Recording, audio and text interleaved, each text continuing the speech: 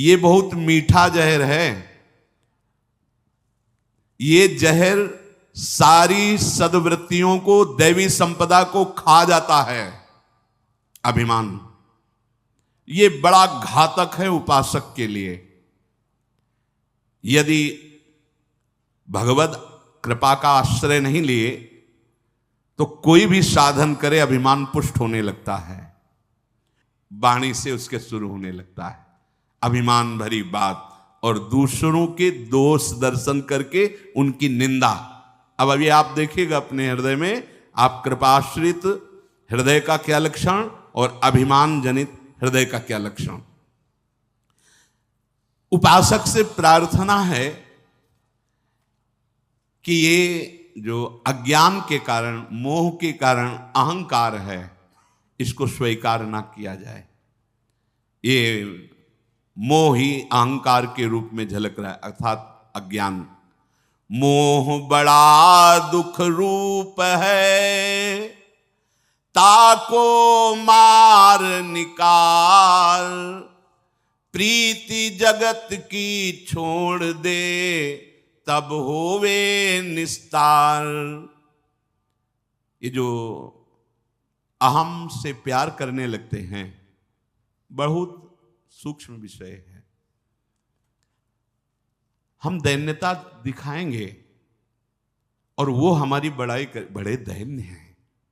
जानते हो क्या हम कर रहे हैं? दैन्यता का प्रदर्शन करके अहंकार का पोषण कर रहे हैं।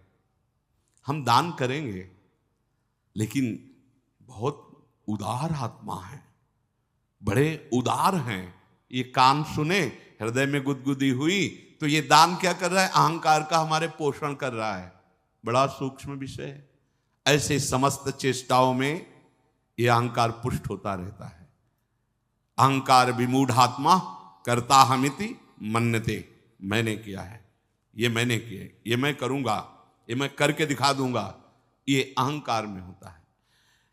ये सबसे बड़ा साधक का जहरीला आश्रय है, अहंकार का आश्रय। बड़ा दुख पैदा करता है, विकारों का मूल है। इसलिए मोह का विनाश होना निश्चित है। अगर इस मोह का नाश नहीं हुआ तो यह अहंकार नष्ट नहीं होगा। जब हमारी दृष्टि में मोह होता है, हृदय में अहंकार होता है, तो हमारा दर्शन बदल जाता है, विपरीत दर्शन होता है। अधर्म धर्ममिति या मन्यते तमसावृता, सर्वार्थान विपरीताश्च बुद्धि सा पार्थ तामसी। वो ताम माने अंधकार, माने मोह, भाव अहम। जो अहंकार से युक्त बुद्धि होती है, वो अधर्म को धर्म मानती है। ऐसा कुछ नहीं है जैसा आप बोल रहे हैं। जब इनसे बात करो कि नौकरी नहीं लग रही, धन कैसे प्राप्त हो, तो कहते सब बटोर के ले जाओगे क्या? उत्तर है नहीं पास में, कह रहे बटोर के ले जाओगे क्या? विपरीत उसका निर्णय, विपरीत चिंतन जाता है। तामसिक बुद्धि, अहम प्रधान बुद्धि अधर्म को धर्म बताती है। सारे भगवत कार्यों में उसकी अश्रद्धा होती है, उसको हर चीज उल्टा नजर आती है। ये अहम का बड़ा विचित्र राज्य है। इसका भी एक अपना प्रभाव है। जैसे भगवत कृपा का प्रभाव है, ऐसे इसका भी अपना प्रभाव है। अगर कहीं पलट कर अपना चिंतन होने लगे तो इसको अवसर मिल जाएगा। ध्यान देना, हम आश्रित हैं। ये चिंतन जहां छूटा, पलट के अपना चिंतन हुआ, तो ये सांप की तरह फन काट करके, फन फैला करके ये प्रहार कर देगा। भगवत चिंतन में डूबे हुए हैं देवर्षि नारद जी। सुंदर शीतल बंद सुगंध वायु चल रही है, एकांत पर्वत का क्षेत्र है, कहीं कोई शोरगुल नहीं, एकदम समाधि में डूब गए। ऐसी भाव समाधि लगी नारद जी की, देवराजेंद्र घबरा गए। कि अगर इस तरह से इनकी समाधि सुरक्षित रही तो ये हमारे देवराज पद को न ले जाएं। उनको सदैव ये डर बना रहता है कि हमारा पद कहीं कुर्सी न छिन जाए। ये पद का एक आकर्षण होता है, पद का एक सुख होता है अहम में, और वो सदैव इस बात का दुख देता रहता है कि कहीं हमारा पद न छिन जाए। तो काम मलय मारो तपसराएं ये सब भेज दिया।